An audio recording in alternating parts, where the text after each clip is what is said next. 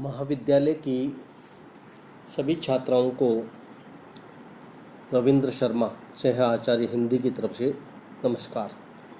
अब तक के पूर्व के 2 व्याख्यान जिसमें हमने हिंदी नाट्य साहित्य के उद्भव और विकास पर चर्चा की, उसको स्मरण रूप में मैं आपसे दोहरा दूं कि हिंदी नाट्य साहित्य के उद्भव और विकास के पहले व्याख्यान में मैंने आपसे हिंदी का प्रथम नाटक, मैथिली नाटक, हिंदी के रासलीला नाटक, 16वीं और 17वीं शताब्दी में नाट्य रचनाएं जो पद्य रूप में थी, और आधुनिक हिंदी नाटक का उद्भव और जिसमें भारतेंदु का योगदान, भारतेंदु और उनकी मंडली के लेखकों के विभिन्न नाटकों पर चर्चा की।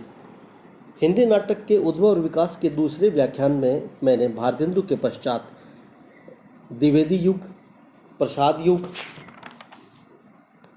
और प्रसाद युग के पश्चात नाटक की विभिन्न जो श्रृंखलाएं विकसित होने लगी, जैसे ऐतिहासिक नाटक, पौराणिक नाटक, समस्यामूलक नाटक, प्रतीकवादी नाटक, गीति नाटक आदि, इन सब पर चर्चा की।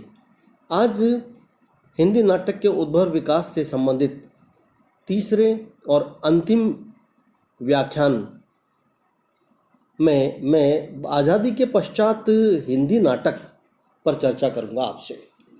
स्वतंत्रता के पश्चात हिंदी नाटक का विकास बहुत तेज गति से हुआ था। यह हम कह सकते हैं कि जितनी तेजी से उसका होना चाहिए था उतना नहीं हुआ, क्योंकि जो विकास भारतेंदु काल में हुआ था वैसा तेजी से विकास बाद में हमें देखने को नहीं मिला, जितनी साहित्य की अन्य विधाएं देखने को मिली थी। इसकी तेज गति से विकास से संबंधित जो आज़ादी के बाद हुआ, उसके भी कई कारण रहे हैं। आज़ादी से मुक्ति के कारण देशवासियों में एक नई चेतना का जागरण हो रहा था, और हिंदी रंगमंच के क्षेत्र में ऐसी कई संस्थाओं का उद्भव हुआ, जिसके कारण से नाटक ने धीरे धीरे अपनी गति प्रदान क्षमा करें वो धीरे धीरे इसने बहुत तेज गति अपनी प्रदान की।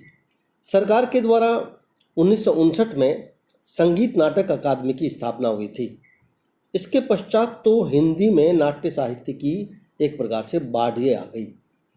यह राष्ट्रीय नाट्य विद्यालय ने एक क्रांति उत्पन्न कर दी हिंदी नाटक में, जिसके कारण रंगमंच की उन्नति हो सकी। आज़ादी के पश्चात कुछ नाटककार तो ऐसे थे जिन्होंने परंपरा का निर्वाह किया, और कुछ नाटककारों ने नाटक को नया रूप भी प्रदान किया। हम आज़ादी के पश्चात हिंदी नाटक को कई भागों में विभाजित करके देख सकते हैं, जैसे सामाजिक सांस्कृतिक चेतना के नाटक, व्यक्तिगत चेतना, राजनीतिक चेतना। इन सब नाटकों को हम क्रमशः एक एक करके आपके सामने रखेंगे। सबसे पहले हम सामाजिक एवं सांस्कृतिक चेतना से अनुप्राणित नाटकों की चर्चा करते हैं। देखिए, आज़ादी के पश्चात बहुत सारे जितने नाटक लिखे गए, उन सब नाटककारों उन नाटकों की चर्चा करना तो बहुत मुश्किल है सभी की, किंतु जो प्रमुख नाटककार हुए हम उन्हीं की चर्चा कर सकते हैं। स्वतंत्रता प्राप्ति के पश्चात सामाजिक एवं सांस्कृतिक चेतना को व्यक्त करने वाले अनेक नाटक लिखे गए थे। इन नाटकों में नाटककारों ने जीवन की व्यापक दृष्टि को देखते हुए उसके विभिन्न अंगों, पक्षों और जीवन के विविध आयामों का सुंदर ढंग से सूक्ष्मतापूर्वक वर्णन किया। सामाजिक और सांस्कृतिक चेतना के नाटककारों में जगदीश चंद्र माथुर, विष्णु प्रभाकर, नरेश मेहता, लक्ष्मी नारायण दास, शंकर शेष, इन सब का प्रमुख स्थान है। यदि हम प्रमुख नाटकों की चर्चा करें तो जगदीश माथुर का कोणार्क, पहला राजा, दशरथ नंदन, वहीं लक्ष्मी नारायण लाल ने जो 50 से अधिक नाटकों की रचना की थी, उनमें उनके जो सामाजिक चेतना से प्रणीत नाटक थे जो वो बहुत प्रसिद्ध थे, उनमें अंधा कुआं, रात रानी, कर्फ्यू, अब्दुल्ला दीवाना, एक सत्य हरिश्चंद्र, मिस्टर अभिमन्यु आदि थे। डॉक्टर शंकर शेष ने भी बिन बाती के द्वीप और खजुराहो के शिल्पी आदि उल्लेखनीय नाटक लिखे थे। एक अन्य नाम जो हमारे सामने है, वो जो बहुत प्रसिद्ध है, वह है विष्णु प्रभाकर जी का। उन्होंने युगे युगे क्रांति व टूटते परिवेश, 2 सामाजिक चेतना से संपन्न नाटक लिख करके हिंदी नाट्य साहित्य में अपना बहुत महत्वपूर्ण स्थान प्राप्त किया था। कुल मिलाकर इस वर्ग से लिखने वाले उपन्यास नाटककारों ने व्यक्ति, परिवार, समाज व संस्कृति के विभिन्न तत्वों का उद्घाटन अपने नाटकों में किया। नाटकों का क्षेत्र बहुत व्यापक रहा है। इसमें केवल शहरी वर्ग की नहीं, वरन भारतीय ग्रामीण जीवन, मध्यम वर्गीय जीवन और शहरी और ग्रामीण दोनों जीवन के विभिन्न पारिवारिक, सामाजिक, राजनीतिक, सांस्कृतिक, मनोवैज्ञानिक समस्याओं का चित्रण हमें इन नाटकों में देखने को मिलता है। उदाहरण के रूप में यदि हम कोणार्क की चर्चा करें तो एक ऐसा नाटक है जहां एक कला प्रेमी व्यक्ति और कला विद्वेषी शासक का संघर्ष दिखाया गया है। सामाजिक एवं सांस्कृतिक चेतना के नाटकों में नाटककारों ने व्यक्ति के मन की विविध भावनाओं का विश्लेषण किया है और विशेष बात यह है कि व्यक्ति, समाज और मानव मन के अंतर्द्वंद को बखूबी ढंग से इसमें विश्लेषित किया गया है।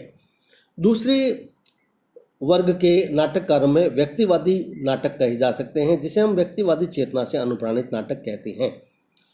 इस व्यक्तिवादी चेतना को स्पष्ट करने वाले नाटककारों में मोहन राकेश, सुरेंद्र वर्मा, रमेश बख्शी, मुद्रा राक्षस का नाम विशेष उल्लेखनीय माना जा सकता है। मोहन राकेश ने यद्यपि नाटक 3 ही लिखे, लेकिन तीनों ही नाटकों में इतनी अपनी प्रसिद्धि और ख्याति अर्जित की कि सबसे ज़्यादा मंचन उस समय मोहन राकेश के नाटक आधे अधूरे का ही हुआ था। आषाढ़ का एक दिन और लहरों के राजहंस नाटक भी मोहन राकेश के बहुत प्रसिद्ध नाटक रहे हैं। इन नाटकों में उन्होंने व्यक्ति और समाज के आपसी अंतर्द्वंद की अनेक स्थितियों का चित्रण अपने कथानक में किया। सुरेंद्र वर्मा के नाटकों में जो हमारी परंपरागत जो मान्यताएं, जो विचारधारा थी, उसको बहुत चुनौती दिया गया और विशेष रूप से नारी की जो समस्या है, जिसमें वह उसके यौन संबंधी या बंधन की व्यर्थता, इन सब का चित्रण बहुत बखूबी ढंग से सुरेंद्र वर्मा ने अपने नाटकों में किया। उनके प्रसिद्ध नाटकों में द्रौपदी, सूर्य की पहली किरण से सूर्य की अंतिम किरण तक बहुत प्रसिद्ध रही हैं। इसमें उन्होंने नारी और पुरुष की अंतर्द्वंद, यौन संबंधी समस्या, विवाह बंधन को व्यर्थ मानना, इन सब को नए रूपों में प्रस्तुत किया। मुद्रा राक्षस का तिलचट्टा नामक में भी काम भावना, यौन समस्या और प्रेम विवाह के संबंधों का चित्रण किया गया है। अब हम तीसरे पक्ष की चर्चा करें, वह है राजनीतिक चेतना से अनुप्राणित नाटक। जहाँ तक राजनीतिक चेतना से अनुप्राणित नाटकों का प्रश्न है, तो इस प्रकार के नाटकों में आज़ादी के पश्चात भारतीय राजनीति में जो भी उतार चढ़ाव था, जो संघर्ष था या जो सपने देखे गए थे आज़ादी के बाद भारत के निर्माण के लिए, वैसा भारत का निर्माण नहीं हो पा रहा था, वह कुंठा, वह अभिव्यक्ति इस प्रकार के नाटकों में देखने को मिलती है। इस प्रकार के नाटक लिखने की परंपरा तो वैसे बहुत प्राचीन मानी जा सकती है, किंतु आज़ादी के पश्चात इस प्रकार के नाटककारों में गिरिराज किशोर का नाटक प्रजा ही रहने दो, सुशील कुमार का सिंहासन खाली है, रामदेव अग्निहोत्री का शुतुरमर्ग आदि ऐसे नाटक हैं जिसमें भारतीय राजनीति पर तीखा व्यंग्य किया गया है। प्रजातंत्र के नाम पर भारतीय जनता का शोषण करने वाले नेताओं, राजनीतिक सत्ता प्राप्ति के लिए अनेक पाखंड, षड्यंत्र और झूठे आश्वासनों का पर्दाफाश इस प्रकार के नाटकों में मिलता है। वैसे आधुनिक जीवन में राजनीतिक ढंग पर व्यंग्य करने वाले नाटककारों में सर्वाधिक जो प्रसिद्ध नाम मेरी नज़र में है, वह है शरद जोशी का। शरद जोशी का नाटक एक गधा था उर्फ अलदाद खां, विनय का नाटक, इन्हें हम जानते हैं। इन सब नाटकों में बहुत कुछ हमारी भारतीय राजनीतिक चेतना जो है, जिसको जो आधुनिक ढंग से जिसका पतन हुआ है, उस पर करारा व्यंग्य उन्होंने किया है। कुल मिलाकर निष्कर्ष रूप में यदि हम देखें तो हिंदी नाटक का जो विकास है वह शुरू से लेकर आखिर तक हमें अनेक रूपों और अनेक दिशाओं में दिखाई देता है। प्रारंभ में इसके विकास की गति भले मंद रही हो, पर धीरे धीरे जैसे जैसे रंगमंच उपलब्ध हुआ, हिंदी नाटक भी बहुत तेज गति से विकसित होने लगा। यद्यपि जिस ढंग से हिंदी में नई कविता और नई कहानी खूब चले, इनका खूब विकास हुआ, उस दृष्टिकोण से नया नाटक हमारे सामने नहीं आया, यह विचारणीय प्रश्न माना जा सकता है कि क्यों क्यों नहीं नया नाटक आया। नई कविता नई कहानी आ चुकी तो फिर नया नाटक क्यों नहीं। हालांकि जो जितने नाटक आज़ादी के बाद लिखे गए थे उन्हें अगर सही ढंग से विश्लेषित किया जाता तो वास्तव में उन्हें एक नया नाटक नाम दिया जा सकता था। खैर, यह आलोचकों की अपनी अपनी समझ का प्रश्न है। फिर भी हिंदी का नया नाटक अपने युग और समाज तथा व्यक्ति की नवीनतम परिस्थितियों, संवेदनाओं, अनुभूतियों को व्यक्त करता है और बिना नएपन की घोषणा के बावजूद भी हिंदी का नाटक मेरी दृष्टिकोण में बिल्कुल नवीनतम है और इसका उदाहरण विश्व में और किसी भी विधा में हमें नहीं मिल सकता। धन्यवाद।